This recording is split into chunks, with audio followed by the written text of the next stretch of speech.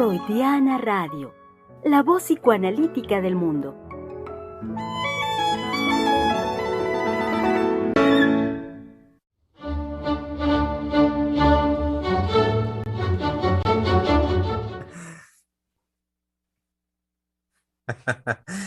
Eh, Pequeños detalles de la vida cotidiana, pequeños olvidos y cambios también, querido público, como siempre aquí en Freudiana Radio con novedades. Y hay que decir hoy, por supuesto, novedad en la dirección técnica, en la mano técnica, en los controles mismos de Freudiana Radio, nuestra colega muy sonriente el día de hoy, Sofía Xolalpa.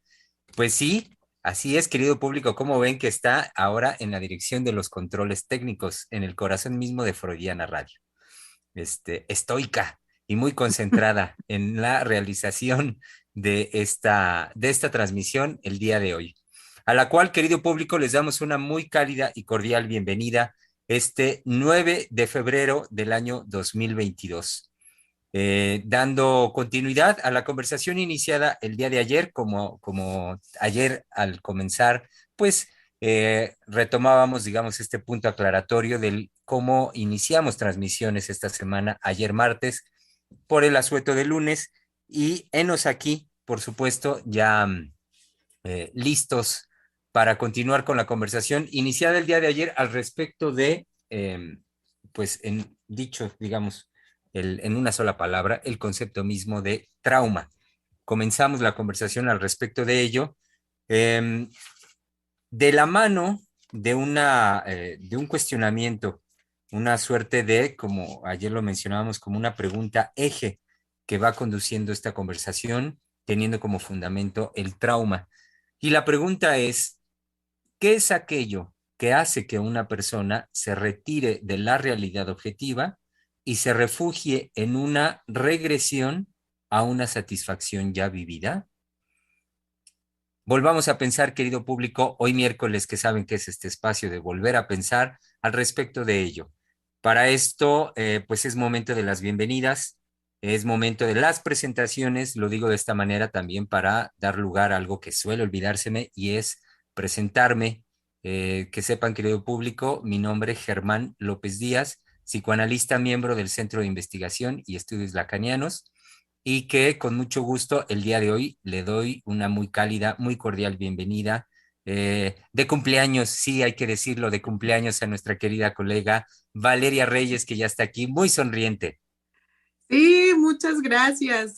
Con el festejo, la felicidad, la alegría y la dicha de estar aquí, eh, pues con un trabajo que he estado pensando mucho no solamente desde ayer que escuchaba yo a la doctora Lozano, introducir una preocupación en relación a la medicación y a la propuesta que hay de resolver cualquier síntoma por medio de una medicación, no cualquier tipo de medicación, sino que particularmente la propuesta de la psiquiatría en relación a todos los químicos que regulan el funcionamiento cerebral. Entonces, traigo algo en relación a eso, por supuesto, en relación al trauma, a cómo históricamente creo que fue a partir de las guerras que se trató de biologizar el trauma y se creó un trastorno, porque así lo nombraron, de estrés postraumático. Y las consecuencias que ha habido en relación a esto, en una intención de volver a incluir en lo social a estos soldados, sobre todo fueron los que presentaron estos síntomas de trauma, quererlos incluir de nuevo en lo social y llevarlos a una funcionalidad y las consecuencias de esto, ¿no? Entonces, he estado pensando en eso y les traigo también eventos que yo he tenido en la clínica con pacientes, por supuesto, que han recibido medicamentos, pero con cuestiones muy particulares de cómo puede crear algo distinto el paciente, ¿sí? Aún aceptando la medicación, situaciones como que no se toman el medicamento, solamente lo traen consigo en una bolsa o cuestiones muy frecuentes que ellos deciden cómo tomarlo y cuándo dejar de tomarlo. Entonces, creo que esta preocupación sí es verdadera, sobre todo por lo que estamos tocando de la posibilidad de desconectarnos de la realidad y que esto se puede llevar a cabo sin el medicamento, pero con el medicamento, bueno, nos puede llevar a una situación de vacío muy profundo, ¿sí? Y a consecuencias mortales, ¿sí? Pero creo que los seres humanos tenemos recursos y bueno, es en parte lo que traigo hoy para la conversación. Muy contenta porque estoy festejando mi cumpleaños con mis colegas y en algo que yo amo y me apasiona, que es el psicoanálisis. Muy bien, pues muy bienvenida, querida Vale, y por supuesto, recibiendo y enviándole de nuestra parte, pues muchos abrazos, abrazos cumpleañeros, sí, sí, Gracias. sí, merecidos, con mañanitas y toda la cosa, y pastel también. Sí. Querido público, también ya de miércoles aquí, de miércoles me refiero como nuevas tradiciones que se van gestando. De miércoles es entonces la presencia el día de hoy de nuestra querida doctora Adriana Lozano. Sí, felicidades, Valeria, qué barbaridad los cumpleaños. A mí me parecen fechas maravillosas. Sí. Es de recordar muchas veces de los amigos, ¿no es verdad? Inclusive de los de la familia. En cambio, qué fechas tan importantes, aunque a los otros se nos puedan olvidar. Qué lindo día, el día en que nacimos, se puede rememorar el estado de la madre, cómo se encontraba, si en el hospital. En todo caso, en mi familia, mi madre hablaba de esto y a mí me encantaba escucharlo el día de mi cumpleaños. Ay, sí, pues que si el trabajo, y entonces el trabajo ya para tener al bebé, que si era un bebé que había venido con complicación o sin complicación, un bebé de ciertas... Y entonces escuchar esto delicioso que puede ser el nacimiento de uno, como puede también ser a veces momentos difíciles para las personas, los cumpleaños, porque pueden evocar exactamente cosas pues tristes, no una que los otros nos olvidan, ay, chinos, se acuerdan de mi cumpleaños, y todo esto. Pero en todo caso, no es un día nunca indiferente para la persona que cumple años. Muchas felicidades, Valeria, muchísimas felicidades. Muchas gracias. Sí, a mí me gusta cumplir años. Es algo que siempre me alegra. Mi cumpleaños siempre es de festejo. Mi nacimiento fue complicado, eso sí. No fue como una historia muy conmovedora, sino más bien de angustia, mucha angustia, porque nací de 7 meses. Entonces sí fue complicado. Mi mamá tenía una condición de la sangre porque tiene RH negativo y por supuesto que pues rechazaba a los bebés en cierto, creo que de 6 o 7 meses empezaba todo un proceso como de intoxicación en su cuerpo, y la tenían que vacunar para que no expulsara al bebé. Entonces, sí, fue una situación bastante angustiante, creo que para mi padre principalmente, por la expectativa de que todo saliera bien en el parto. Y yo estuve en la incubadora, creo que fueron 2 meses que estuve en la incubadora. Entonces, sí, es una historia ahí un poco complicada, pero yo amo mi cumpleaños, independientemente de las complicaciones de nacimiento. Creo que algo que a mí me caracteriza es que tengo una alegría por la vida y creo que la fecha de mi cumpleaños siempre me recuerda a eso. Me gusta mucho. Bueno, un bebé prematuro es un luchón de alguna manera, porque tiene toda la oportunidad de morirse ya, de inmediato, por un lado. Y por el otro lado nos permite también evocar a todos esos bebés que han nacido con complicaciones, y no necesariamente por un OH negativo, como la mujer cuando va a tener un bebecito, no es cualquier cosa. Sí, Entonces, los nacimientos tienen esta intensidad, empiezan con esta gran intensidad, porque es tanto importante para el bebé como para la madre, como para la sí. madre. Entonces, podemos ver las complicaciones de prematuros con mamás completamente con un estándar de salud, o en el momento del parto, una dificultad, hay los forceps, hay hay las cucharas, hay pues todos estos instrumentos que muestran un desarrollo del lado, o sales, no es verdad, y que también que el otro dice, no sale, no sale. Entonces, como un nacimiento es importante, y definitivamente hay gente que no lo rememora, pero habemos otros que sí lo rememoramos, ese momento del nacimiento. Yo con mis hijas debe ser un poco por la satisfacción que me causaba a mí. Les hablo de esto, y en este momento yo ya te estaba esperando, yo ya te iba a poder ver por primera vez, verte, ya me moría de ganas, etcétera. Todo esto que se embiste, ¿no es verdad?, en estos días de cumpleaños. Felicidades, Valeria. Gracias, muchas gracias. Para introducir un poco el tema de hoy, sí, el trauma. Lo que dice Valeria fue un aspecto importante que pudimos tocar, no desarrollar. Afortunadamente, Valeria trae hoy un desarrollo con respecto a lo de ayer. Una gran preocupación que tengo, Vale, porque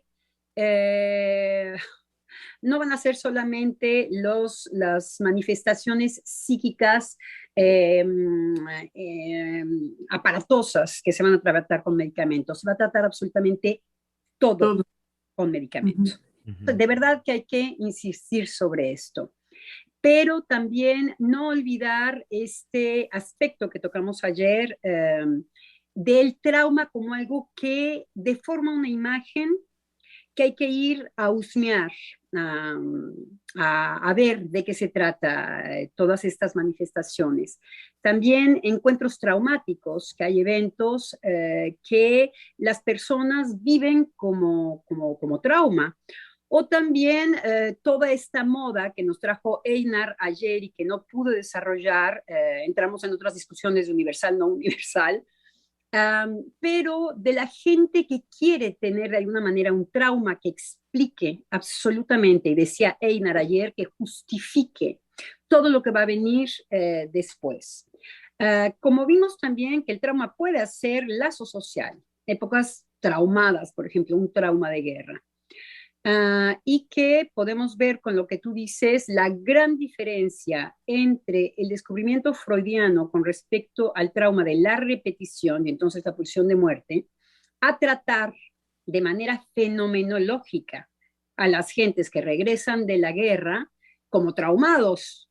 No es lo mismo, es absolutamente del lado fenomenológico, y eso sabemos que siempre será un maltrato para el sujeto.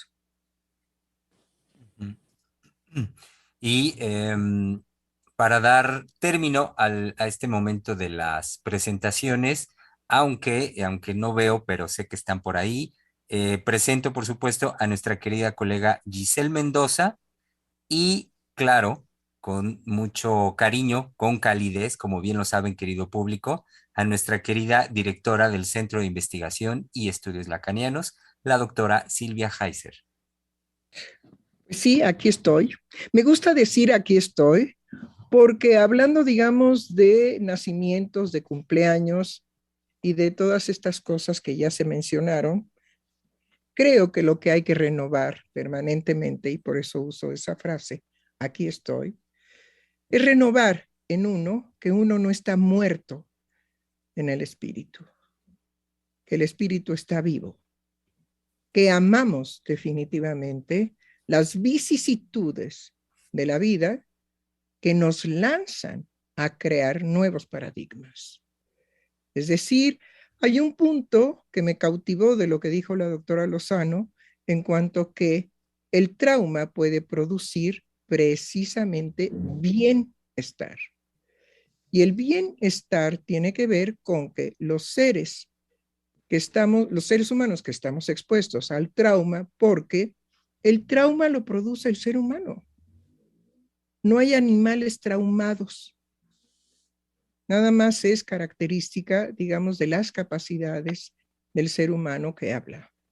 Ahora bien, platicando con la doctora Valeria Reyes, que por cierto platicábamos en la mañana y yo no la felicité en su cumpleaños, porque preguntándole al respecto de qué había sucedido el martes del programa de los hombres Y me dijo, bueno, pues estuvieron discutiendo Germán y Einar al respecto de que ellos apostaban que sí había universales en el psicoanálisis.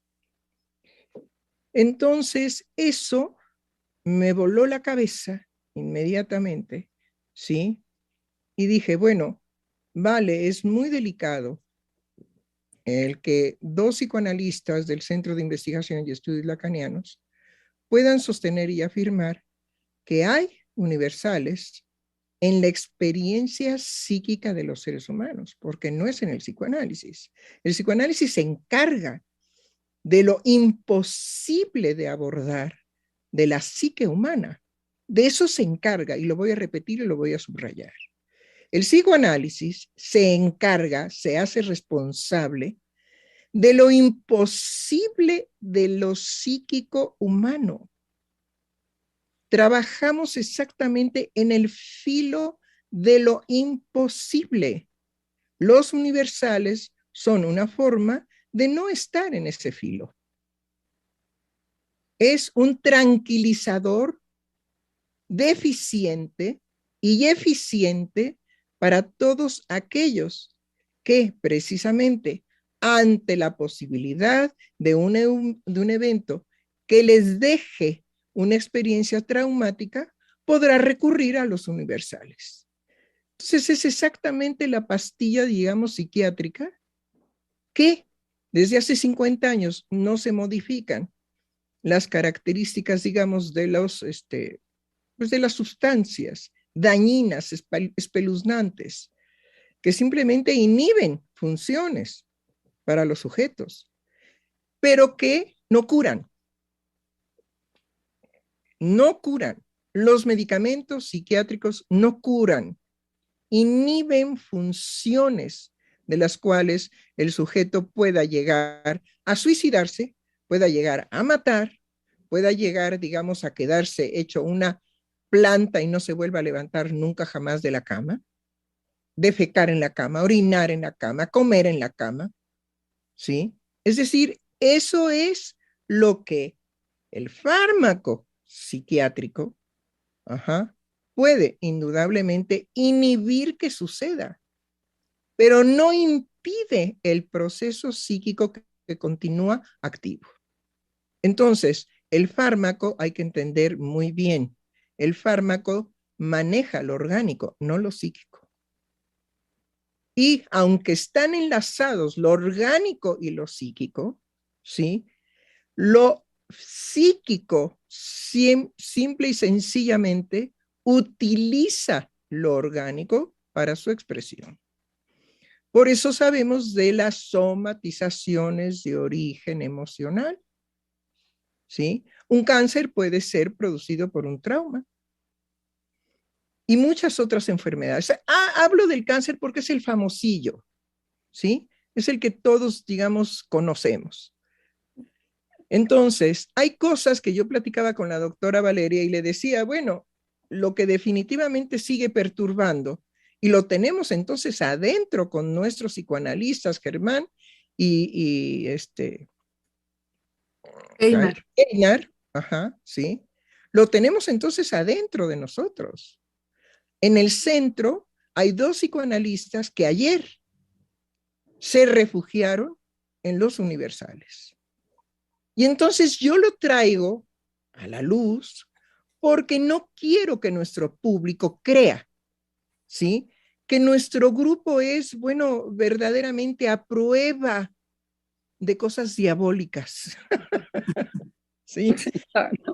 Hay una santidad en el Centro de Investigación y Estudios Lacanianos. No, simplemente con que se llame y lleve el nombre lacaniano, ya no somos santos de ninguna especie.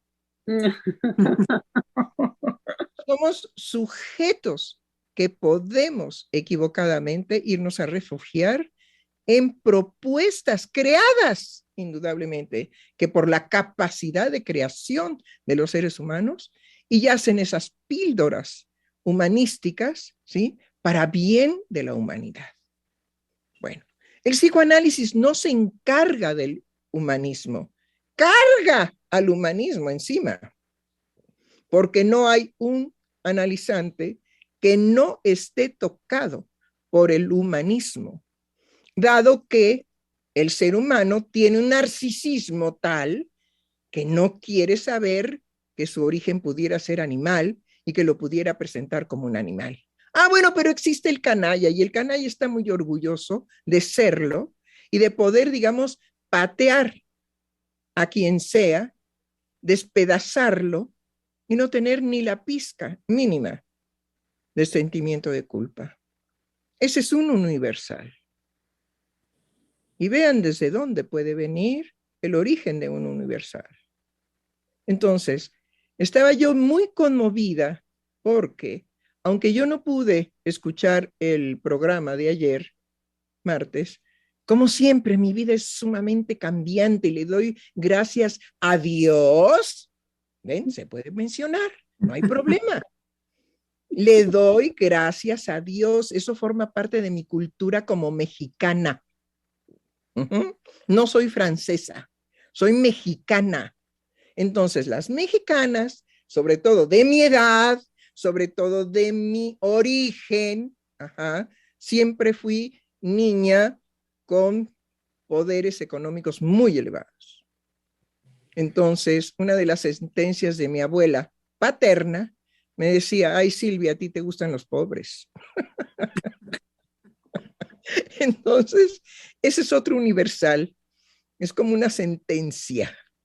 Entonces, bueno, estoy burlándome de los universales, porque de cualquier cosa se puede hacer un universal. Ahora, hay gente seria que trabaja en los universales, y en este momento les pido disculpas a las gentes que trabajan seriamente en los universales, ¿sí? De ponerlos, digamos, en este nivel. Pero es necesario porque en el psicoanálisis sería verdaderamente cómico que hubiera en el espíritu de formación interna de un analista un suspiro, una idea suspirosa de que los universales tienen un lugar en el campo psicoanalítico. Nosotros no las tenemos que ver precisamente con los universales. Eso es otra cosa. Pero ¿de qué nos hacemos cargo? Lo vuelvo a repetir. De lo imposible de alcanzar de la creación psíquica. Y lo imposible de alcanzar de la dinámica de la creación psíquica es lo que nos sostiene. No nos sostiene la posibilidad, sino lo imposible. No nos sostiene aquello que nos es cómodo, sino lo incómodo. No nos sostiene la paz, sino el impaz. En fin, quería yo, digamos, subrayar fuertemente esto porque platicando precisamente con mi colega hoy en la mañana, Valeria Martínez, Valeria Martínez, bueno, es que traigo ahorita a todos los psicoanalistas masculinos del centro, los traigo en la cabeza en una preocupación seria. De verdad, en una preocupación seria. Porque si eso se da en el centro, quiere decir que por lo menos una parte del centro está fallando en relación a devenir analista con la fuerza que se requiere, ¿sí?, de devenir analista. Porque entonces el devenir analista tiene que ver precisamente con que en la clínica lo único que puede hacer el analista es que de la escucha haga una creación original, no que se fundamente en la teoría, no que crea en semejante cosa como los universales. Entonces sería psicoterapeuta, no psicoanalista. Psicoterapeuta, no psicoanalista. El psicoanalista está justo en la experiencia de lo imposible en la clínica, en la experiencia del vacío, pero un vacío que soporta y que le da soporte al vacío del otro. Solamente que el otro, el analizante, a la hora de verbalizar lo que acontece confusionalmente para él está tocando su verdad. Está tocando la verdad que lo constituye, pero no una verdad filosófica, sino una verdad psíquica que tiene que ver con que el descubrimiento freudiano por excelencia es haber encontrado algo que lo impactó a Freud y que le produjo horror. ¿Y cuál es ese horror? Que una vez que se da una moción pulsional, es imposible que no llegue a su meta, que es la satisfacción, aunque esta satisfacción sea alcanzar la muerte. Entonces, señores, el potencial psíquico tiene esa característica. Una vez que hay una moción pulsional producida por el sujeto, y no es carnal, es psíquica, eso sí, con un soporte orgánico, todo el organismo se vuelve un cuerpo erógeno. Puede llegar a la muerte como satisfacción, como la meta de la moción pulsional. ¿Qué carambas va a poder cubrir un universal? ¡Nada! ¡Nada! No cubre nada. Y Freud se horrorizó de lo que había descubierto, esa potencialidad del ser humano. Por eso el ser humano puede ser una persona viviente de lo más destructivo que se pueda imaginar. Ahí donde el animal se detiene, el humano da un paso más. Y ese paso más es su satisfacción. Entonces, civilización y sociedad, que son definitivamente diferentes en cuanto a sus objetivos y sus raíces, ¿sí? Es un intento de aplazar la satisfacción de la pulsión de forma inmediata. Entonces, hay caminos que la pulsión tiene para alcanzar su satisfacción. Y un camino puede ser el aplazamiento de la satisfacción. Entonces, tampoco estamos a merced de la pulsión. Podemos, con la misma energía libidinal que se divide, ¿sí?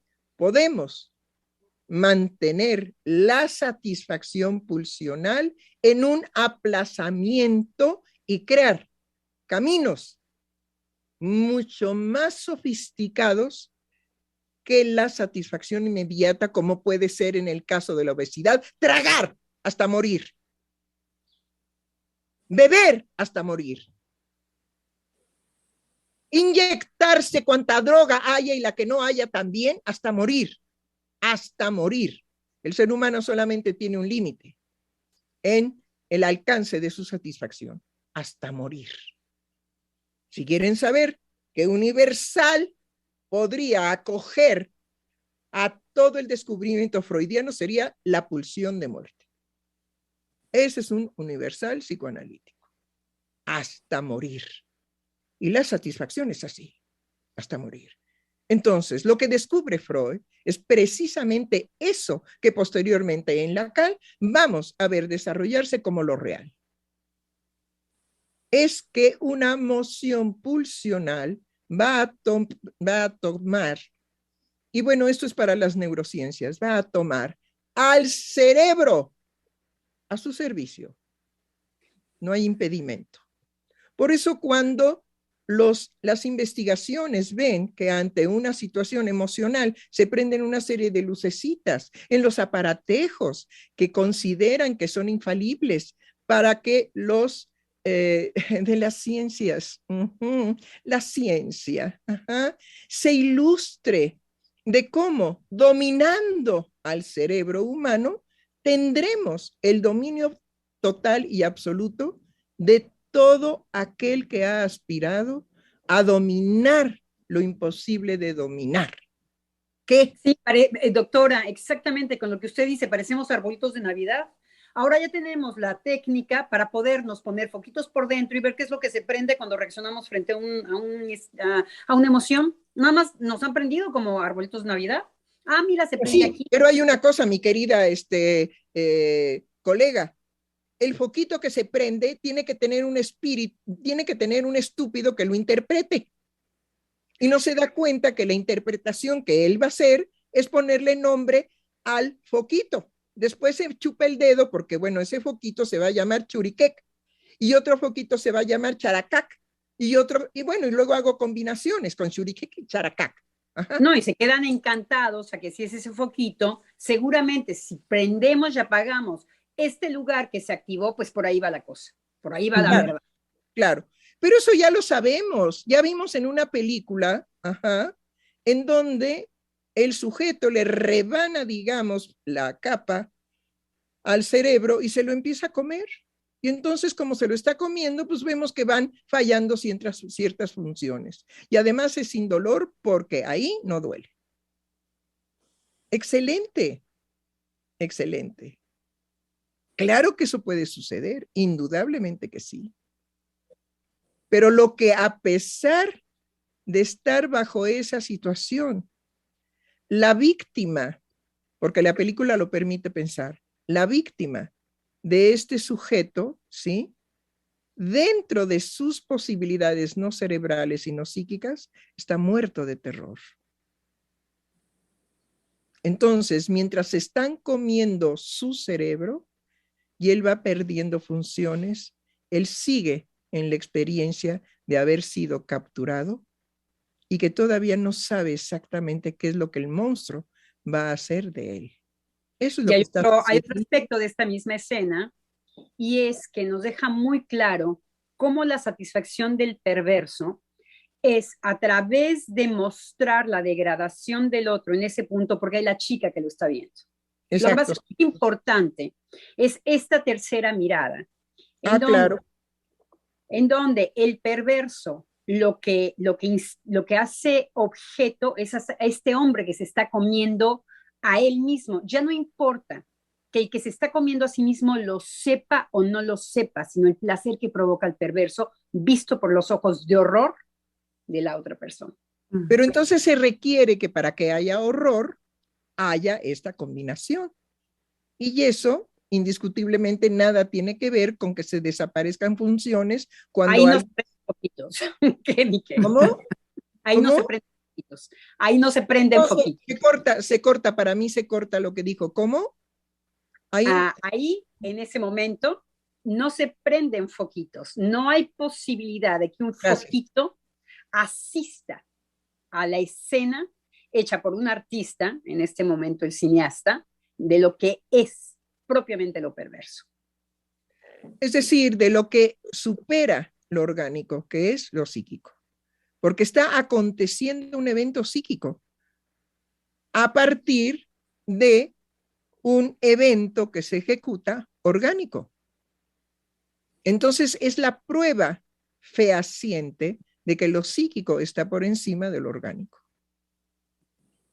Bueno, una vez puesto nuevamente en orden, espero, ¿sí?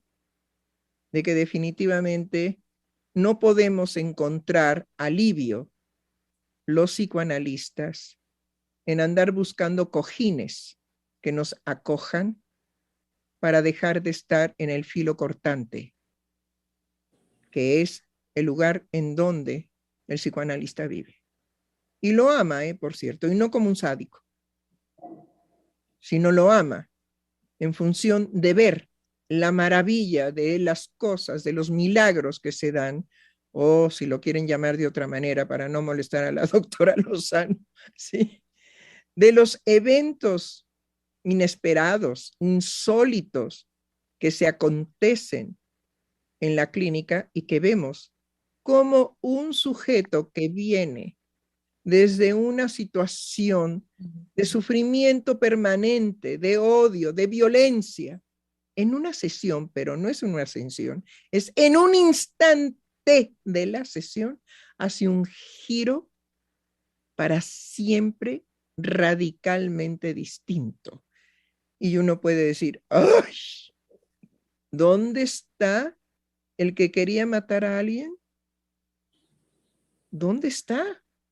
Pero también es tan sorpresivo, porque no se prende ningún foco, es tan sorpresivo que el mismo analista tiene que mantenerse impávido ante el evento, porque si no sería traumático, sino impávido ante el evento y ver cómo un sujeto desde su propia dinámica psíquica gira absolutamente y es otro. Y después vendrá, digamos, el proceso. Pero él ya está frente a su sufrimiento, frente a sus satisfacciones mórbidas, siendo otro. Eso no lo puede producir ni soportar un universal. Bueno, he dicho cara de bicho.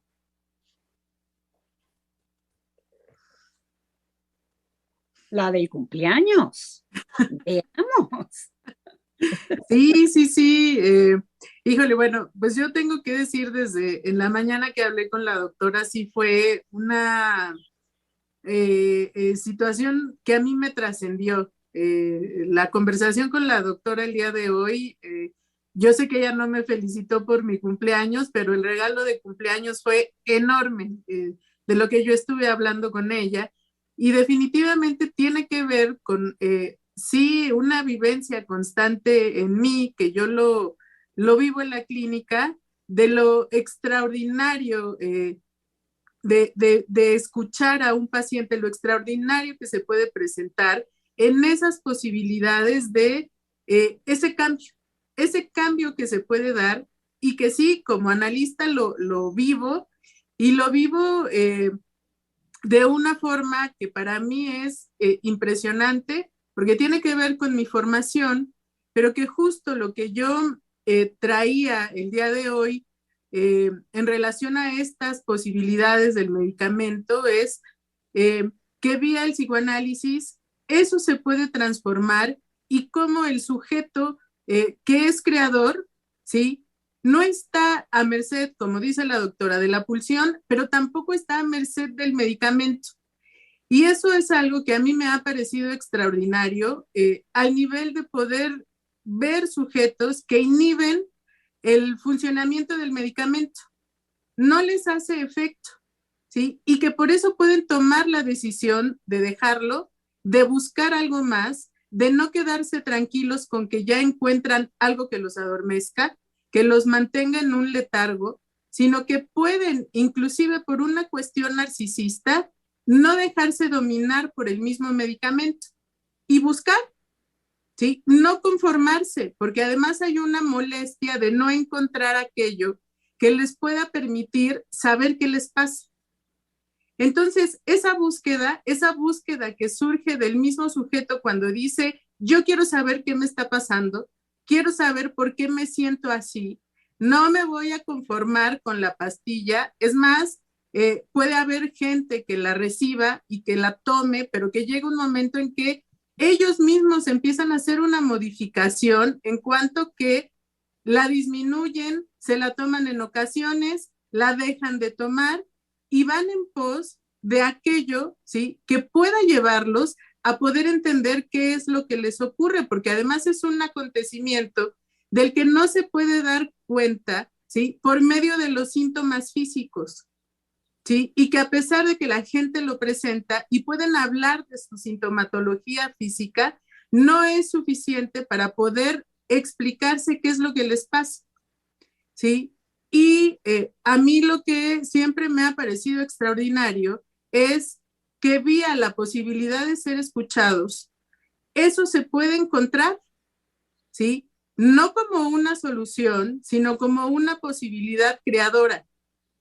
Entonces, pensando precisamente en esta preocupación de lo que puede ocurrir, en esta solución de que todo, absolutamente todo, se pueda resolver con un medicamento, creo que algo con lo que no cuentan es que los sujetos no son definitivamente tan fáciles de dominar en cuanto que estamos habitados por una pulsión, ¿sí? Que, bueno, voy a repetir lo que decía la doctora hace un momento, que una vez que esa emoción pulsional se desencadena, tiene que llegar a la satisfacción y va a ser por las vías que el sujeto sea capaz de crear. Y eso no podrá ser dominado, ¿sí? Al menos yo lo creo así, por un medicamento. Sí, el sujeto tiene posibilidades creadoras. Inclusive, algo que estuve hablando con la doctora, ¿sí? De crear enfermedades, ¿no? Pero posibilidades como pacientes que pueden crear el lupus, ¿sí? Y después se les quita. Y pues que son situaciones que rebasan a la medicina porque no se pueden explicar. Entonces, desde ahí, sí, es donde podemos hablar de cómo lo psíquico se va a servir de ese cuerpo erógeno, sí, pero no es posible, sí, yo creo que con un tratamiento médico poder domeñar eso. Hay algo que me parece que es importante decir de los tratamientos médicos, y es que hay un horror en los tratamientos médicos, y es por eso que los pacientes lo dejan sistemáticamente. La mayoría de los pacientes van a dejar el medicamento. Para nosotros la realidad no tiene que ver con el objeto, los objetos reales. La realidad es psíquica. Los medicamentos tienen el poder de desconectarnos de la realidad, la nuestra. Es por eso que los pacientes comienzan a sentirse ajenos a ellos mismos. Y sí que están cuando un sujeto es tomado como organismo biológico, lo que se le arranca es lo más propio, es lo psíquico. Los inhibidores psiconeurológicos, no sé cómo se llaman, disculpen, lo que desconectan es la experiencia subjetiva de los sujetos a partir de no padecer. Sí. El padecimiento es una creación de lo psíquico. Entonces, el horror que se nos viene es que los fármacos van a ser muy competentes en cuanto a probar en el aparatejo fenomenológico que hay algo que deja de aparecer. Eso siempre ha sido la tendencia de lo medical. Pues ya no está el síntoma. De eso se va a tratar. Sí, pero lo que ya no está es el ser del síntoma. Eso es lo que es gravísimo. Si el fármaco es competente, y es por eso que la gente los abandona, porque la gente se percata que lo que no hay es su realidad. Uh-huh. Que ya no es más que un sujeto de lucecitas, ya no es más que un cuerpo, una bolsa de biología, una bolsa con órganos. Está siendo tratado como bolsa de órganos. Él no ha producido de su síntoma nada. Es ahí en donde reside lo grave del medicamento, porque es lo que tiende los neurólogos a inhibir, el ser, que nos incomoda más, el que más nos incomoda. Entonces, nada más, digamos, me preocupa en su discurso, a ver, si nos quitan determinado tipo de funciones para no sentir, por ejemplo, angustia, usted dice algo muy importante que hemos escuchado en la clínica de pacientes psiquiátricos y de cómo se sienten ellos mismos, y que usted señalaba, bueno, dejan de sentirse que son ellos. Entonces, pareciera ser que si el fármaco tiene el poder de producir por las inhibiciones de las funciones orgánicas, sobre todo las cerebrales, bueno, las únicas son cerebrales, ¿sí? Y el sujeto inicia una nueva experiencia con el fármaco, de no sentirse él, quiere decir que el fármaco tiene la posibilidad de, suprimiendo ciertas funciones de las cuales el mismo sujeto se queja, por ejemplo, pues un estado de angustia o una depresión profunda, no tengo interés por la vida, no quiero saber nada de nada, nada me interesa, nada me anima, ¿sí? Solo quiero estar, pero no quiero hacer nada, nada que me cueste, nada que me movilice, porque nada me atrae, nada me gusta. Si el fármaco puede, digamos, levantar a un muerto, porque son muertos, ¿sí? Quiere decir que el fármaco, al suprimir ciertas funciones que estarían produciendo, aparentemente, la depresión, pues entonces es efectivo. Tomémoslo. Solo que el sujeto dice, ya no soy yo. Y sigo ¿cómo? Ahora sigo con la misma depresión, pero ahora con un plus. ¿Cuál? No me siento yo. No me siento ni siquiera el dueño de mi depresión, aunque la tenga. Ahora tengo algo anexo, ¿sí? Que es extraño a mí, puesto que yo no lo produzco, puesto que se produce por una alteración bioquímica. Y entonces sigo deprimido y sigo ahora con una nueva experiencia en mí. Bueno, entonces no podemos negar algo que hay que subrayar. Si suspendemos determinado tipo de funciones con sustancias bioquímicas o las aceleramos, porque también digamos todos los adictos, ¿qué es lo que están esperando de su adicción? Una satisfacción que les permite, digamos, la sustancia. Entonces, quiere decir que está íntimamente ligado, ¿sí?, lo orgánico con lo psíquico. Pero podríamos decir que no es lo orgánico lo que domina propiamente lo psíquico, ni tampoco lo psíquico que tiene todo el poder de dominar lo orgánico. Sin embargo, cuando vemos los eventos extraordinarios, esta que tenía cáncer ya no tiene cáncer. ¿Por qué ya no tiene cáncer? Pues se le desapareció el cáncer, ¿pero por qué? Pues no lo sabemos. Bueno, tenemos que entonces justificar de alguna manera. Pues cuente el caso, Valeria, por favor, colega, cuente el caso de que como su paciente del psiquiatra no estaba dentro del manual DSM-4, pues le adjudicó uno y la fregó con fármacos que obedecían a ese padecimiento que ya no tenía. A ver, adelante. Claro, sí. Esta paciente va con el psiquiatra y el psiquiatra simplemente no la puede diagnosticar por la sintomatología que ella presenta, que principalmente era una violencia, que ella refería que la sentía de tal manera que en cualquier momento podía matar a alguien. El psiquiatra la escucha y en los síntomas no encuentra que ella entre dentro de alguna categoría diagnóstica. Entonces decide que como no hay, que la va a tratar como una paciente con TDA. Entonces le combina dos cosas, las anfetaminas que usan para el tratamiento del TDA y un antidepresivo. Porque bueno, pues era lo que a él le parecía que podía funcionar, que esa es otra cosa que hay que agregar. No hay una precisión en el medicamento psiquiátrico.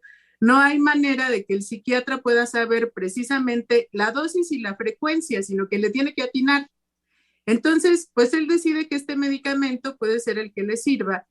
Y lo que ella me decía es que, bueno, en un inicio eso la calmó, pero que definitivamente no era algo que la llevara a resolver lo que ella sentía. ¿Sí? Me dijo, la violencia disminuyó, pero no he dejado de tener esas ideas de que cuando entro en una violencia, ¿sí?, me dan ganas de pegarle a alguien o de hacer algo, de romper cosas, ¿no? Como no quedó en una satisfacción del medicamento, ella empezó a experimentar cómo tomarlo. y lo decidía. A veces se tomaba media pastilla, un cuarto de pastilla, o la dejaba de tomar. Estaba en un tratamiento psicológico, pero algo que me decía es que llegó un momento en que ella tenía que cuidar, no decirle ciertas cosas a la psicóloga, porque la psicóloga se veía impactada por lo que ella le decía. Entonces dejó el tratamiento psicológico, pues porque más bien parecía que ella cuidaba a la psicóloga, en lugar de que la psicóloga pudiera darle soporte a lo que ella hablaba.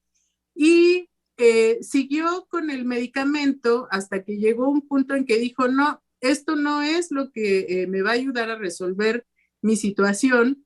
Regresó con el psiquiatra porque la mandaban llamar creo que cada 6 meses. Entonces, la última vez que ella fue al psiquiatra, el psiquiatra le dijo, pues mira, tenía yo que disminuirte la frecuencia, pero te la he aumentado. Entonces tú decides si quieres que te la aumente o quieres que te la reduzca. Y pues de esa manera él ya no podía hacerse cargo del tratamiento de ella, sino que él le dio a elegir si quería más o quería menos. Entonces, pues evidentemente para ella no había por parte del psiquiatra, ¿sí? Una decisión y un compromiso al tratamiento. Y pues así fue como ella decidió buscar un psicoanalista por escuchar a una persona muy cercana a ella que le decía que él había ido con el psicoanalista y a él le había funcionado. Entonces le dijo, bueno, pues probablemente sea algo que a ti te pueda funcionar, y lo buscó, ¿sí? Pero no hubo en el medicamento psiquiátrico una respuesta a lo que ella quería resolver. Al contrario, hubo un momento en que ella me decía que se había sentido en un desamparo, ¿sí? Porque no había un respaldo del psiquiatra. Me parece que estamos tocando 3 niveles que pueden ser espectaculares, pero que desde el descubrimiento del psicoanálisis queda evidenciado de qué va con los fármacos y el organismo. No hemos nosotros necesitado llegar a los fármacos para hacer terapia.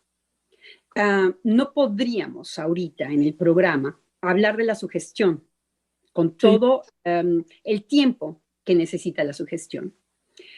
Estamos frente a una época que ya alcanzó un desarrollo tecnológico que permite poner en acto ciertas fantasías enloquecidas.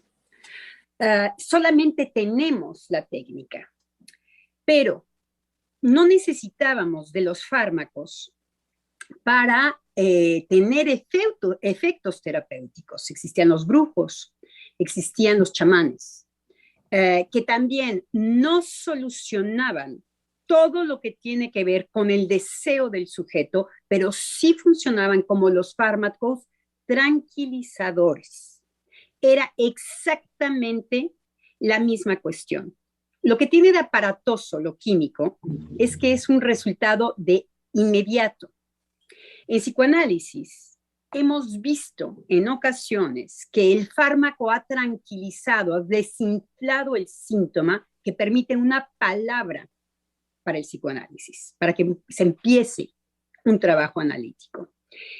Cuando los pacientes llegan a análisis muy apremiados, cuando llegan invadidos, por ejemplo, de pensamientos obsesivos de muerte o de cosas, me quiero tirar por la ventana, me quiero tirar por la ventana, quiero un fármaco, que todos hemos tenido pacientes así. Sabemos que lo primero es que este síntoma está siendo muy aparatoso para permitir una palabra en donde nos podamos acercar a otro tipo de trabajo que tiene que ver con el psicoanálisis. Entonces, simplemente que el paciente venga a hablar y que el psicoanalista esté muy atento en su intervención, cuando están invadidos, va a haber un efecto terapéutico que permite después un trabajo analítico. Entonces, siempre ha habido lo que el fármaco hace hoy. Lo que pasa es que el fármaco tiene el lenguaje cientista en donde se dice que han encontrado tanto el origen, que va a disculpar al paciente de toda responsabilidad de su deseo, cosa que le encanta al común de los humanos, me incluyo, quiero decir. Tiene esto y otro, tiene nombrajos científicos como si hubieran localizado el origen. Eso es cientismo. Sí. Un fármaco es inhibidor. En el momento en que se inhibe, se desinfla el síntoma. Solamente el síntoma es terapéutico. Un fármaco puede ser terapéutico. Entonces, estamos frente a una época simplemente aparatosa por sus chispazos mágicos de inmediatez. Una pildorita y ya se me bajó la ansiedad.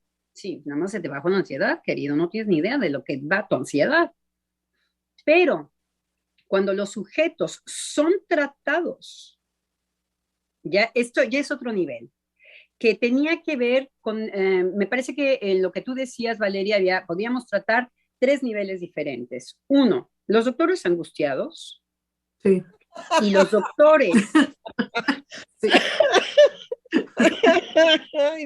No, permítame reírme, doctora, porque sinceramente ese es un punto que generalmente no se trata, porque se considera que el médico sí está a 100 años luz de afectarse con sus pacientes. No, no es así, no es así. No, pongan a un paciente como el que nos está, del que nos está hablando Valeria, y que podemos ver que la respuesta es no la soporto, la tengo que acallar, no es tanto, le tiene que atinar en ese caso.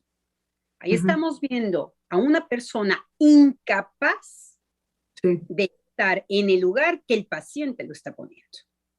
El problema es la respuesta, que en vez de que el sujeto sea de estatura para decir, esto me es rebasado, y pasarla a un colega psicoanalista, no. Toma la decisión, eso ya es el deseo de este doctor de no querer saber nada, pero no dejar sin meter un arañazo al de enfrente, yo diría que desde el odio. Es saber que tiene en sus manos fármacos que la van a inhibir, no sé de qué va, pero que la inhibo. Entonces, ahí me parece que hay un acto terriblemente violento de parte del doctor. Entonces, bueno, uno de los puntos, precisamente uno de los puntos que usted está tocando, ¿sí? Es ese temor del médico de ser consultado y de no ser omnipotente, ¿sí? Ese es el miedo verdadero de los médicos. El miedo verdadero de los médicos es que ha habido ocasiones que en cirugías, ¿sí? Se encuentran con algo que ellos suponían, no es eso lo que presenta el cuerpo, y simplemente dicen, lo cerramos. Y aquí no pasó nada, y aquí no sabemos, y pues que Dios lo ayude, o que se muera, o que se vaya a su casa, lo que sea. ¿Sí? Pero de abrir el cuerpo y no entender lo que el cuerpo está manifestando. ¿Sí? Eso, digamos, ha sido la historia de la medicina. Ahora, eso tiene dos caras. Por un lado, los crímenes que se llevan a cabo a través de los médicos, crímenes, auténticos crímenes, porque lo que le hace este médico a esta mujer es, pues, como no tengo yo tu diagnóstico, pues te voy a dar medicinas para un diagnóstico que no es el tuyo, pero pues de todos modos. No dejo de inhibirte, hay una violencia sobre ello. Eso, exacto. Hay una violencia, es decir, hay una crueldad que inclusive hasta en las series gringas, en las películas, de parte de la omnipotencia, no es cualquier deseo ser médico. Hay médicos extraordinarios. Los médicos cristianos, ¿cuáles son? Los que reconocen que son incapaces. Quiere decir que han podido modificar su deseo de tener una respuesta para todo. Creo que el médico tiene una relación muy íntima con todo tiene respuesta. Y si no, la vamos a descubrir. Pero entonces, cuando no la descubre, lo que aparece es un deseo de una agresión contra el que le presenta el problema terrorífica. Es por eso que también pueden ser muy fríos. Es por eso que pueden decir cosas como si usted se va a morir mañana y que no le conmueve la persona enfrente, porque vemos que estamos muy cerca de un gustillo sádico. ¿Ok? Cuando la respuesta es, en vez de una honestidad, porque hay doctores honestos que dicen, no sé, necesito un colega. Y si son cultos, siempre dirán un psicoanalista. Porque ya han conocido a los terapeutas, los magos, los tararán, tararán, tararán. Los doctores están en contacto con todo eso. Entonces, tienen el acceso también, gracias a su mundillo, a decir un psicoanalista. Entonces, ahí lo que vemos aparecer es esta otra cara de la moneda, en donde desgraciadamente hay muchos sujetos, doctores, que tienen una relación con lo sádico y que lo aplican como el cobarde, en toda impunidad. En donde Bueno, indudablemente lo ejecutan con impunidad porque ellos están sacralizados, en su impostura y en su envoltura de ser la palabra de la ciencia, cuando un médico no es un científico. Hay que aclarar, digamos, lo que es un médico. Un médico es aquel que se tiene que enfrentar con poder, de acuerdo a su saber, hacer un diagnóstico perfecto y exacto de la enfermedad que está enfrente de él con el paciente. Es decir, este paciente padece de tal cosa. Ese es el médico. El médico es el que tiene un saber para diagnosticar enfermedades. Punto. Es, digamos, los dueños de quitar el dolor. Entonces, ahí es donde se les sacraliza. Quíteme esto, quíteme este sufrimiento, ¿no? ¿Sí?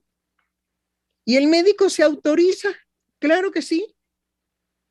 No todos se autorizan. El que se autoriza, yo pongo en cuestión su deseo. A mí me parece que es insoportable ver no sé si era mujer o hombre el paciente, pero una mujer o un hombre que llega y que dice, no te vas sin que la agresividad que yo siento contra ti, yo tenga una injerencia.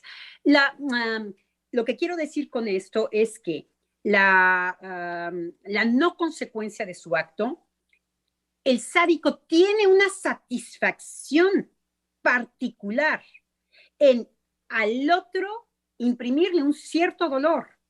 Entonces, no va sin esto el deseo, porque es de aquí no sales sin la pastilla. Entonces, es acallarla, cueste lo que cueste. Ese es un tipo que ¿qué es lo que está impune de su acto? Que está enmascarando porque le dan medicamento. Está enmascarado en su postura de psiquiatra, está enmascarado en un saber de doctor, está enmascarado desde el fármaco que se supone que es para la otra, en acallarla. Pero escuche también, digamos, la sorpresa que tiene que llevar ahí el psicoanalista en relación a lo que usted está diciendo. Resulta que es la paciente que le dice a la doctora Valeria, ¿sí? Le dice, y eso me calmó. Es decir, me calmó el diagnóstico, que no era el que me correspondía, y me calmó la visita al médico, que me dio medicamentos para algo que yo no padecía. ¿Qué es ahí lo que la paciente no puede decir? El solo hecho de hablar de lo que me pasa a un otro, aunque me haya dado veneno para ratas, me iba a funcionar. A eso nosotros sabemos cómo se llama, transferencia. Y eso es determinante en la cura analítica. ¿Sí? A mí me calmó, pues claro que le calmó irle a decir al otro que tiene deseos, unos impulsos sin control de ir a matar a otro. No solamente me da un medicamento, además sabe. Si a eso voy a que un sábelo todo, me calme y me claro. Voy Ahora, tengo que escoger al especialista, un psiquiatra. Claro, ¿por qué? Pues porque tener un anhelo tan fuerte de ir a matar a otro debe de ser algo que está muy mal. Entonces quiere decir que estaba muy bien ordenada esta mujer en relación a sus límites y a sus valores.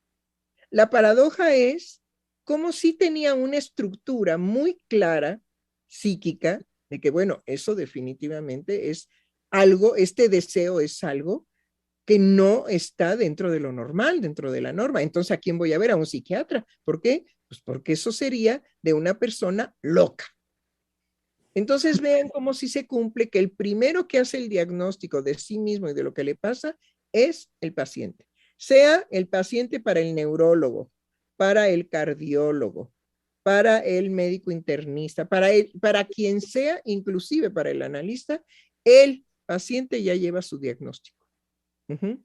Ahora, bueno, nos hemos extendido en esto y a mí me preocupa que sería muy conveniente, no sé cómo está la hora. ¿Cómo está la hora, Germán?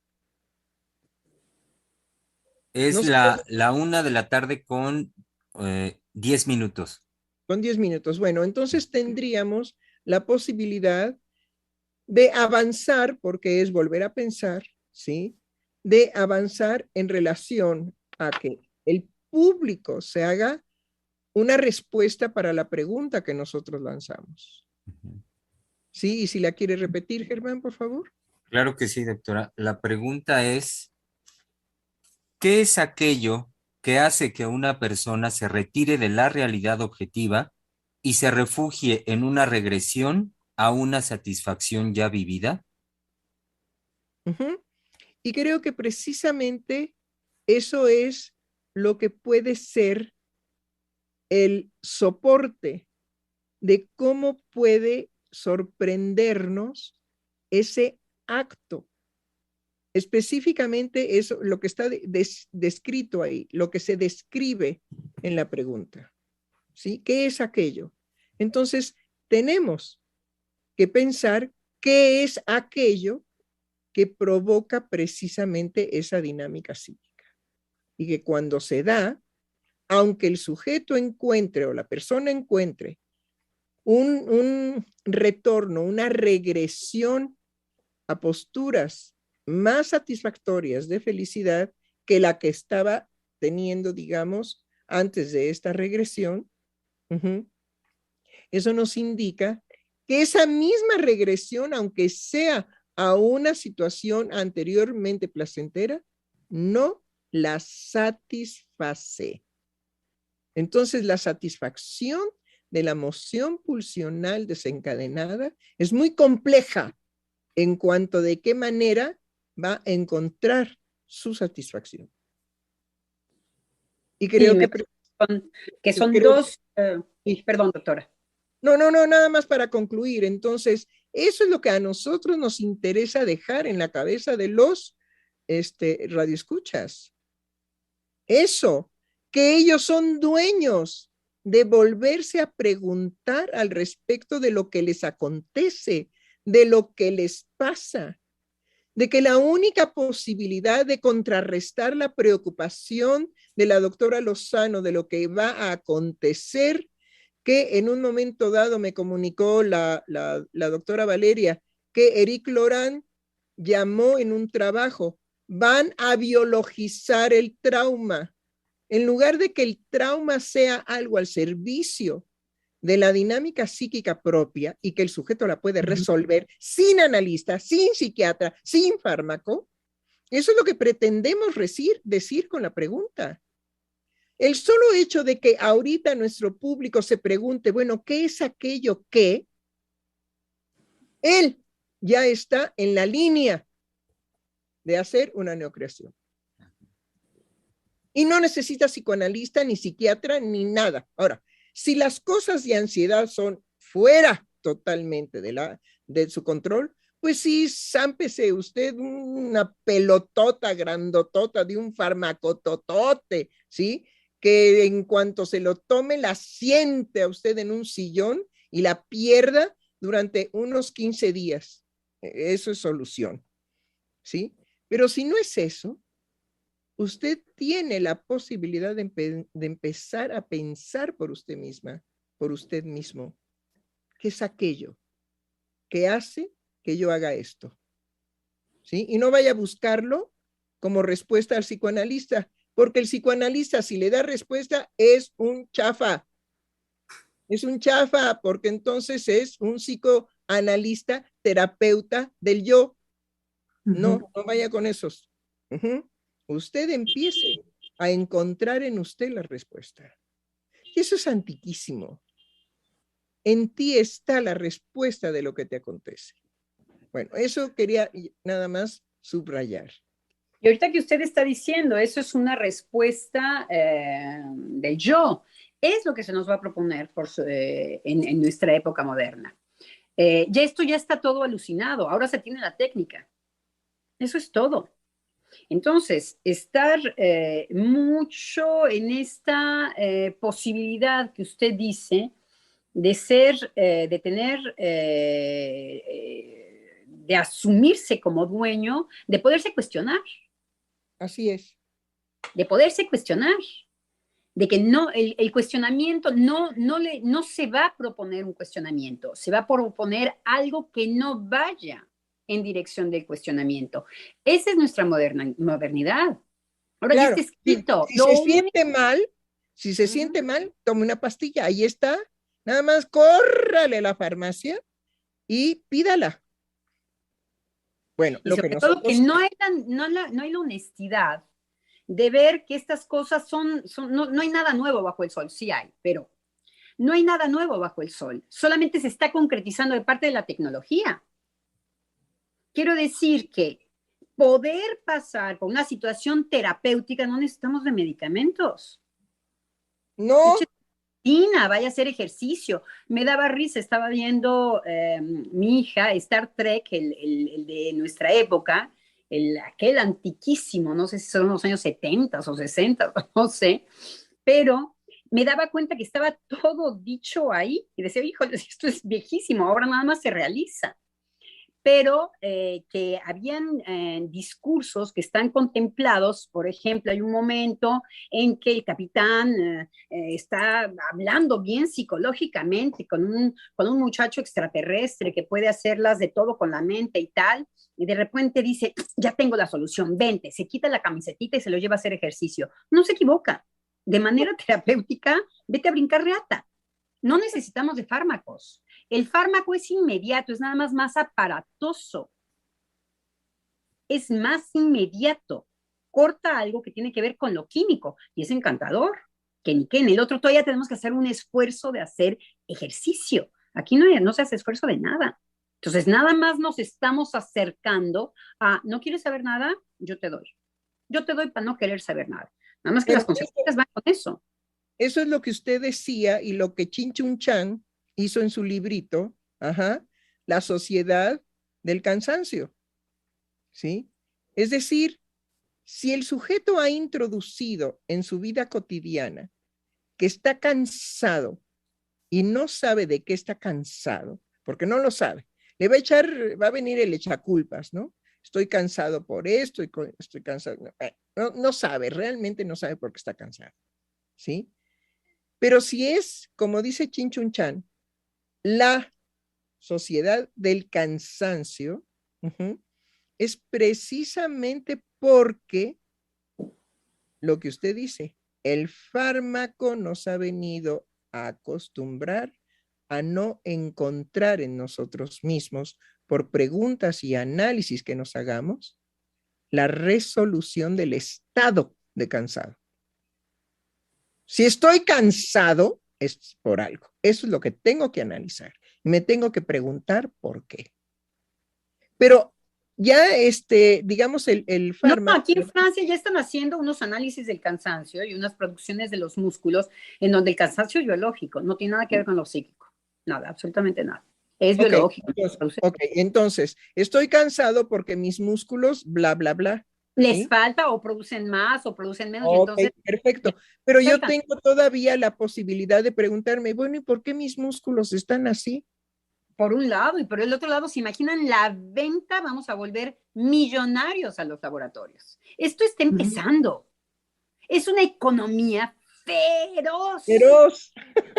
Cueste a lo que cueste. Si asesinamos, no importa. Somos los tres que nos enriquecemos. Bueno, ya tenemos el engaño El engaño número 1 fue ahora con la pandemia. Les vamos a inyectar una vacuna que no es vacuna. Digo sí, porque la vacuna Bueno, anterior... hay una economía muy rica, digamos, no digamos ya más cosas. Ay, qué bien, hubo 2 que 3 que se enriquecieron con esto, ay, qué lindo, qué bonito. ¿Quiénes fueron? Qué lindo. Ya no digamos nada de la vacuna, dijo, ay, qué bien. En este momento de pandemia, pues debería de haber sido todo gratis. No, fue bien costoso. Y además costó mucho dinero y hay unos ricos, unos laboratorios que se han enriquecido gracias a la pandemia. ¡Ay! Gracias a Dios. Por Entonces, eso se vivimos... viene, está empezando una, que si no tenemos una posibilidad de ir del lado de nuestros cansancios diciendo, no, yo estoy diciendo otra cosa con mi cansancio, déjenme tranquilo, ay, qué cansado, estoy muerto, ¿ok? Y si no tenemos esto, por supuesto que se nos viene de afuera todos los fármacos a enriquecer, vamos a enriquecer y ellos no van a ceder. A mí no me preocupa que se enriquezcan, sinceramente, doctora. No es ese un asunto de mi preocupación, ¿no? Es lo que menos me importa. Lo que sí me interesa es el engaño, ¿sí? La forma de engañar, digamos, a los seres humanos y a qué nos vamos a reducir, ajá, en función de para todo mal, mezcal, y para todo bien, también. Exacto, totalmente. Y el Ajá. mezcal todavía mejor, todavía el té por ocho la baila y pega, o sea, es incómodo. Sigue siendo una persona incómoda. A nosotros que lo vemos de afuera y que hace pipí encuerado, es una persona. No, aquí son inhibidores. Exacto. Sí. Inhibidores, se nos viene. Todo No el tanto mundo va a por ser correcto. Ya no va a haber, digamos, una pregunta, oye, ¿cómo estás? No lo sé. Lo que sí sé es que tomo fármacos. si es que no estoy. ¿Cómo está? No sé, no estoy. No, no estoy. Ya no es importante estar. Estoy apagado. ¿Ya para qué? No, pero genial, ¿no? Vamos a contestar como robot. Hola, ¿qué tal? Hola. Ahora, había algo muy interesante que usted decía, doctora. No me diga. Sí, sí, sí, como siempre, podríamos decir, pero bueno, no estamos aquí para echar flores. Entonces, una cosa que usted decía y que definitivamente no tenemos tiempo de desarrollar, pero que quiero volver a insistir, es porque los fármacos pueden haber acertado a ciertas inhibiciones. Así Entonces, es. ajá. Eh, Efectivamente, esto es lo que es aparatoso en la ciencia. Si nosotros decimos que vamos a construir un motor que avanza, si el motor avanza, tiene para el sujeto, tiene un valor de, ahí está la demostración de su verdad. Entonces, ahí es en donde la verdad viene a depositarse, en un lugar en donde la verdad no es eso, no hay la verdad, en donde vamos a empezar a hablar justamente de todas las mezcolanzas en los discursos.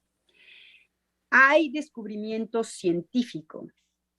El descubrimiento científico es chato y completamente cojo con respecto a la creación psíquica. Es lo Sí, que estamos viendo aquí. sí, No totalmente. quiere decir que cuando yo me enfermo, no sé, no son ni siquiera, se me ocurre algo que no es medicamento, pensé en los neompalácticos o en qué hemos descubierto que hay la bacteria, es la ciencia, es gracias a la ciencia, que hay una pequeña bacterita que me ayuda a mis intestinos porque estoy llena de bacterias, es la ciencia que me ha dicho que estoy llena de bacterias que pueden ser positivas, por ejemplo, para todas una serie de bacterias necesarias en la vagina, que son bacterias extraordinarias contra una serie de agresiones, es la ciencia, para no estarse lavando la vagina de cualquier manera. Hay que conservar unas bacterias. Es la ciencia. Hay descubrimiento científico. El psicoanálisis tiene un esfuerzo hacia este descubrimiento científico. Por supuesto que hay descubrimiento. Eso no puede dar garantía de nada para lo psíquico. Y no lo podemos desarrollar porque tendríamos que hablar de la sugestión. Y tendríamos que hablar que, por ejemplo, para el trauma, Freud, con lo primero que se va a topar es con un cuerpo orgánico que se pone a hablar a través de su transformación de algo psíquico. Esta mancuerna es una mancuerna que conlleva todo el psicoanálisis, pero que sí podemos decir en este espacio de radio con toda seguridad es que el discurso científico no alcanza al psíquico y no puede pretender lo científico venir a ser una garantía para que lo psíquico deje de aparecer como sufrimiento, porque sabemos que el sufrimiento puede ser satisfactorio. Entonces, que hay... Sí, doctora. Esto de satisfactorio es que es genial. No cabe duda que uno puede escuchar en el colega cosas tan, pero tan bellas que inmediatamente a uno lo entusiasman. ¿Cómo quisiera yo de veras que omnipotentemente se me cumpliera un deseo? Y ese deseo sería que estos programas impregnaran a mucha gente de ilusión, de esperanza, de posibilidad en ellos. Porque nosotros realmente aquí nos apapachamos. En el programa nos apapachamos. ¿En qué sentido? Yo escucho a la doctora Lozano, y entonces digo, sí, claro, bueno, pero porque su decir, como el decir, digamos, de Valeria, como el decir de Germán, ¿sí? Me anima, me entusiasma, me llena de pensamiento que yo no estoy pensando más que a través precisamente de esta experiencia. Entonces, ¿cómo quisiera que la experiencia para muchos seres humanos fuera así? Que al escucharnos los unos a los otros, de lo que podemos decirnos, fuera verdaderamente un empuje y un entusiasmo a pensar uno por cuenta propia aquello que el otro en su decir me estimuló. Y es lo que se ha perdido. A eso se le llama conversación. Entonces, los chicos, los jóvenes, con el celular, ya no conversan. El celular les programa lo que tienen que sentir y lo que tienen que pensar. Ese es un gran ahorro de energía libidinal. Y el problema es que no la ocupan. Entonces, simplemente se va acumulando hasta que un día el cúmulo los lleva a tener un mal sueño, a tener, digamos, una situación de ansiedad. Todo eso lo sabemos. Una libido que no está cumpliendo su función se acumula y es, digamos, como cuando el gas explota.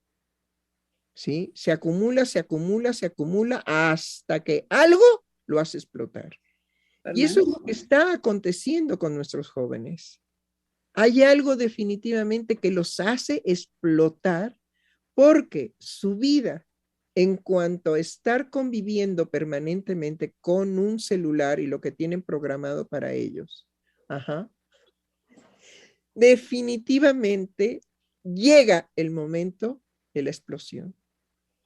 Y además es achicarse, doctor, es achicarse, reducirse a un nivel espectacular porque es no poder tolerar absolutamente nada que se oponga a mí, que justamente la conversación tiene que ver con que el otro no soy yo y me es de facto incómodo.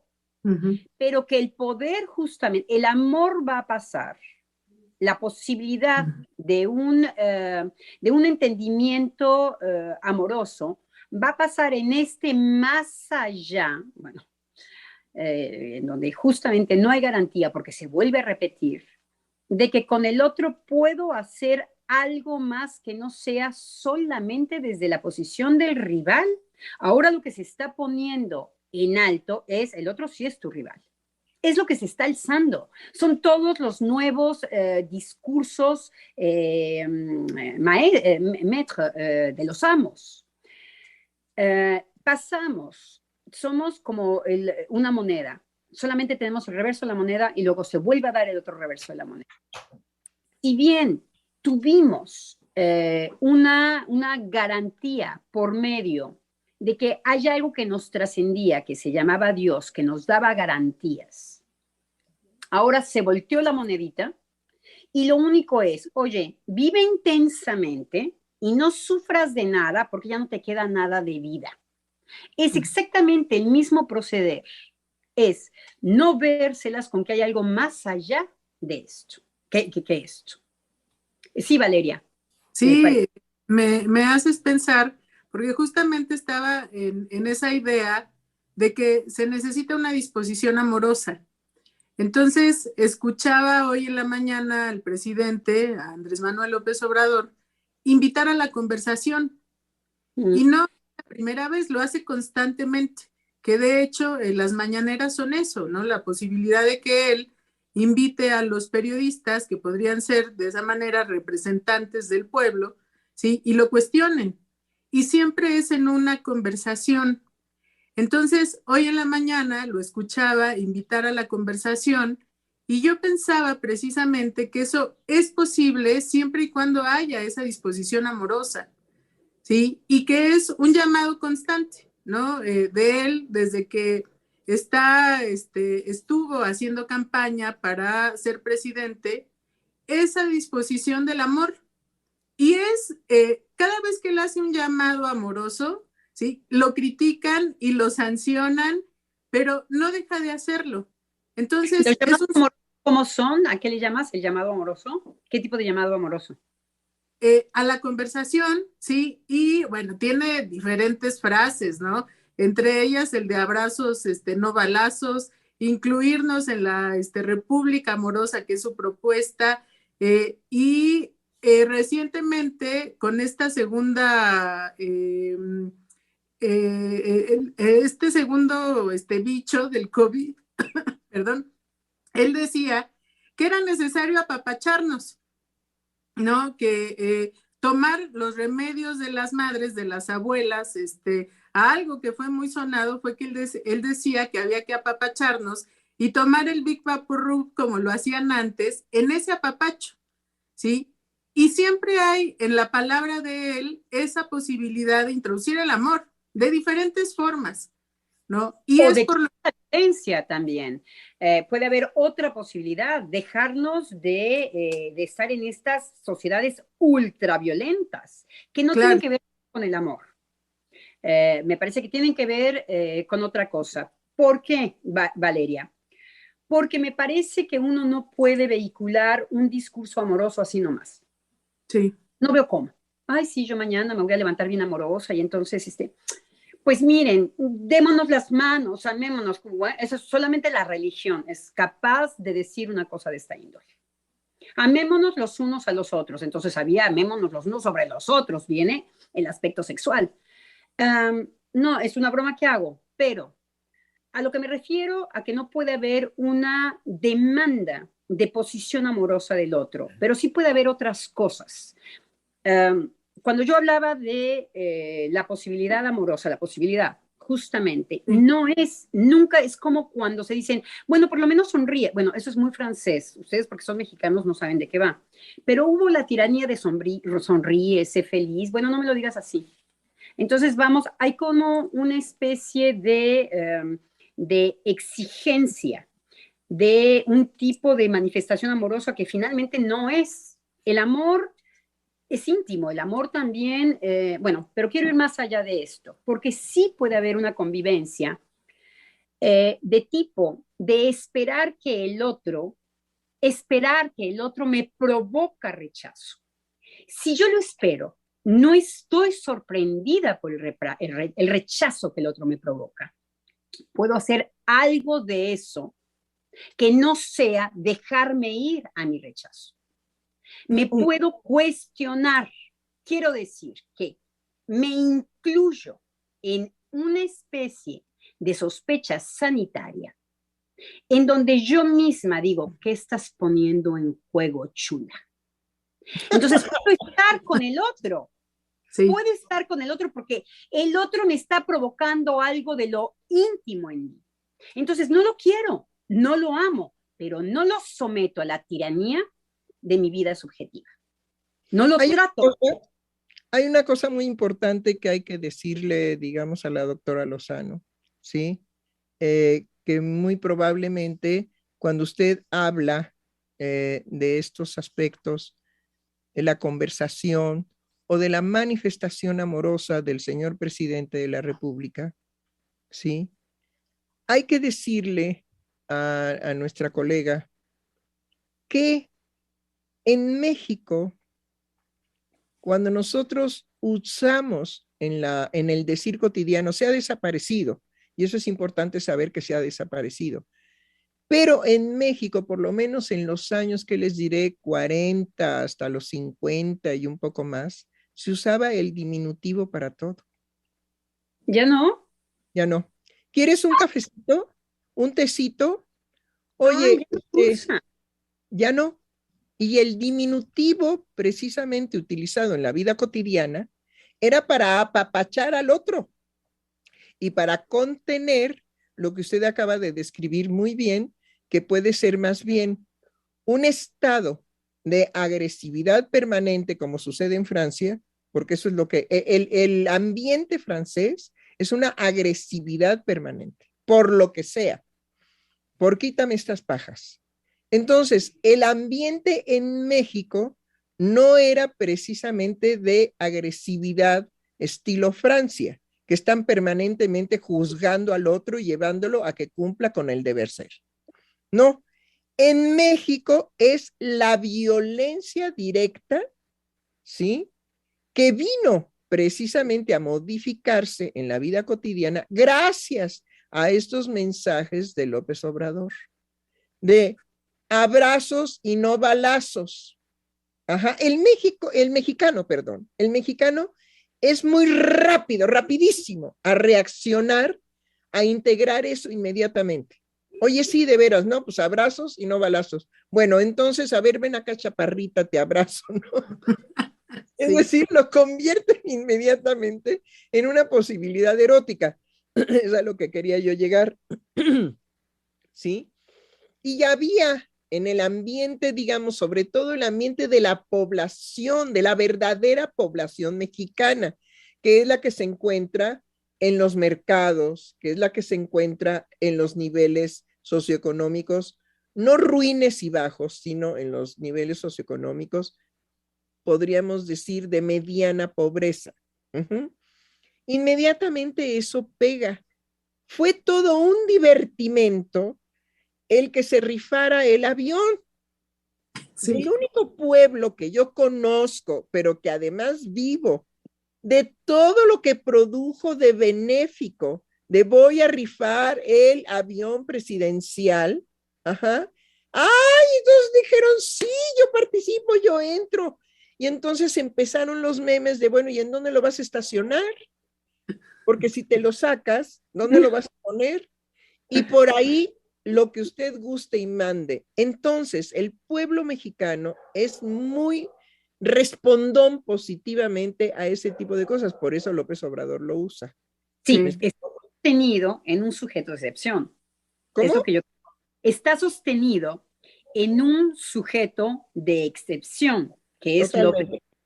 Sí, totalmente. Porque no es lo mismo que esté sostenido en una persona. Yo les decía hace mucho tiempo, les decía, es la única imagen, es la única persona que yo conozco que no se siente ofendido por las ofensas que le echan. Es excepcional, es increíble. Le pican la cresta y no le pican ninguna cresta. Él no pone en juego su cresta, su íntimo. Y no se la cree tampoco él. Eso es lo que lo hace un sujeto de excepción, que no es un chafa. Ahora, que él no se lo cree él mismo. Entonces dice, yo me puedo equivocar, no es el dato que yo tengo. Quiero decir, no devalúa la palabra del otro. Porque le podría decir, usted es un estúpido. El que tiene todo el saber con respecto a las medias soy yo, soy el presidente. Esos son los presidentes ordinarios. Así es. Ahora, la falsedad gringa ¿En qué consiste? La falsedad gringa es el que te dice, amémonos, hello, I love you, I love you, I love you, I love you. Está vacío.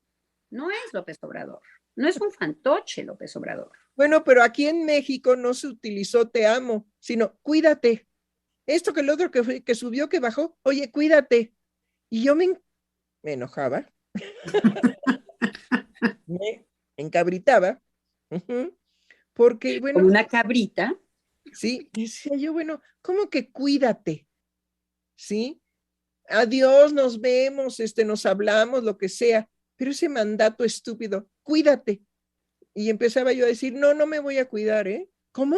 Que no me voy a cuidar, no me estés diciendo que me cuide. Ah, oye, no, bueno, es que se descomponía la persona porque era como el cierre. No, a mí no me cierres con eso, la conversación o la convivencia.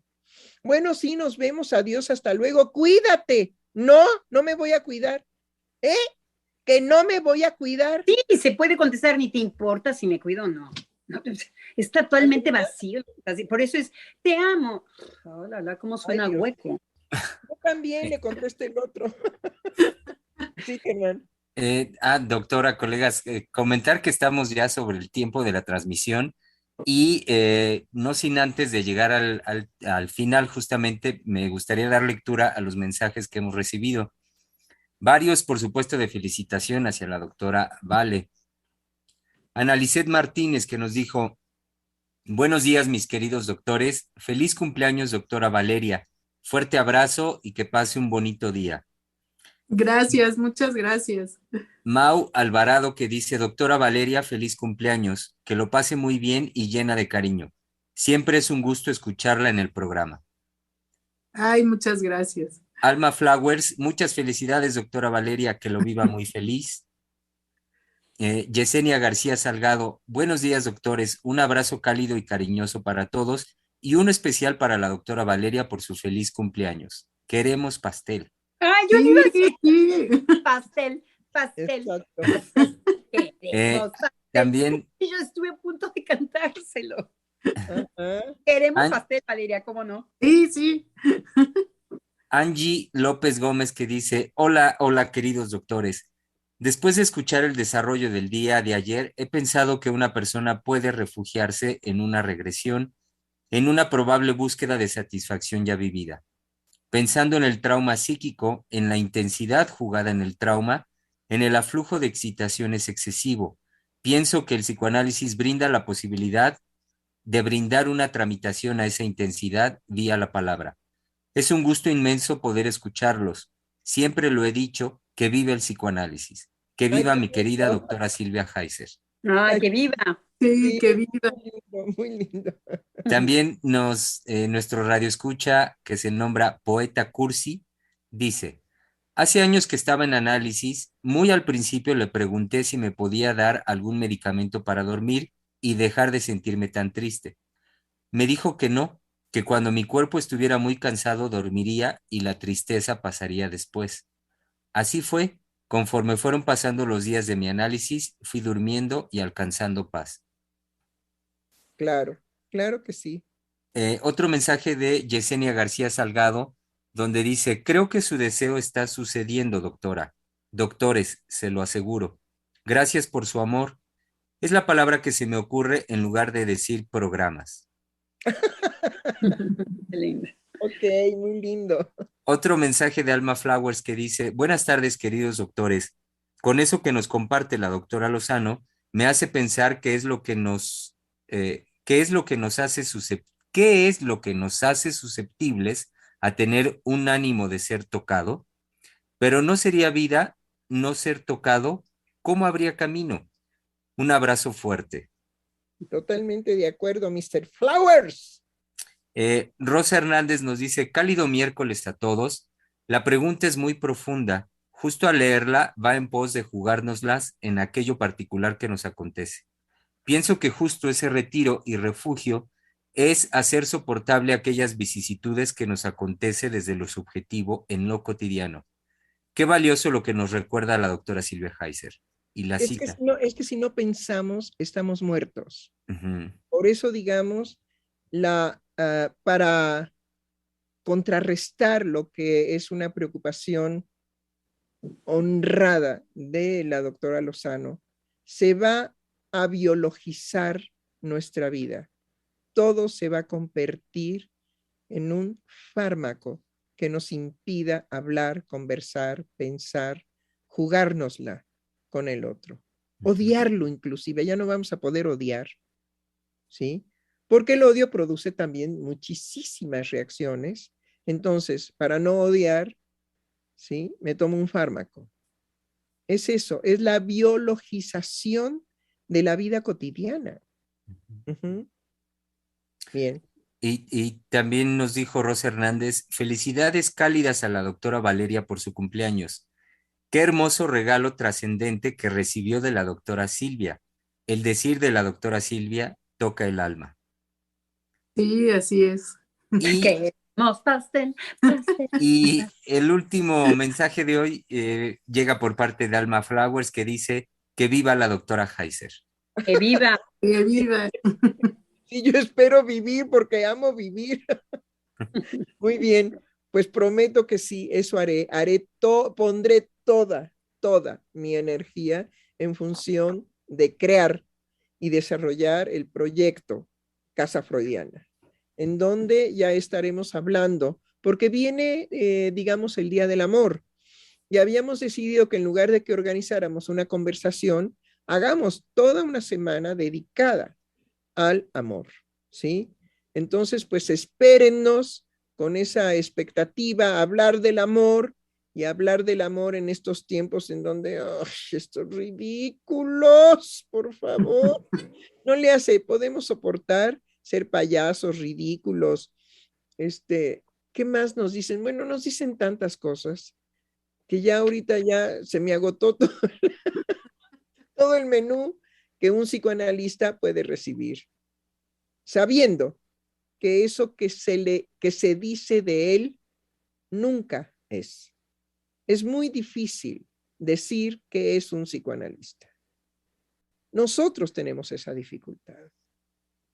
¿Qué es un psicoanalista? Y bueno, pues ya todo lo que nos dicen, pues sabemos que no es, porque es muy difícil, dificilísimo. No imposible, pero muy difícil saber.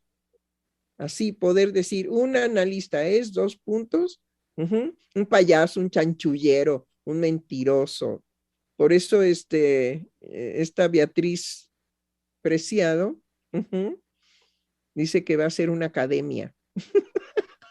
Una academia como Platón. ¿Es ella la que va a hacer la academia?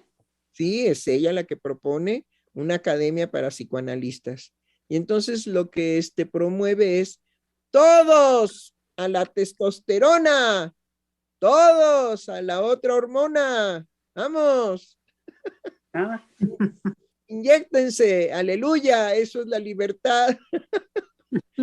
Entonces, bueno, pues los psicoanalistas estamos tan acostumbrados que nos digan lo que no somos, porque nosotros tenemos una infinita dificultad de decir, ¿qué es un analista?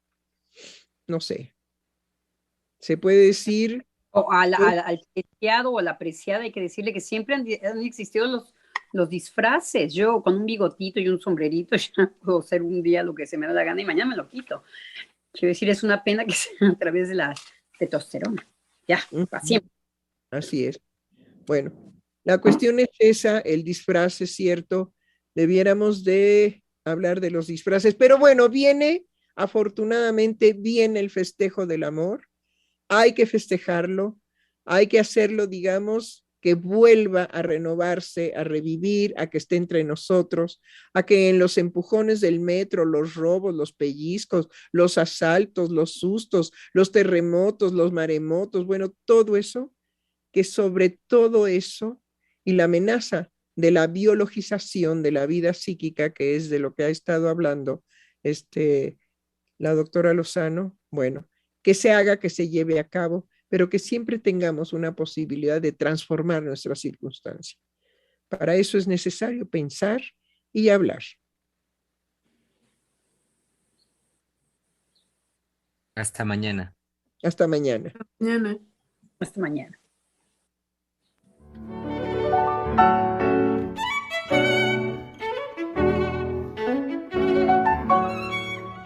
Freudiana Radio, la voz psicoanalítica del mundo.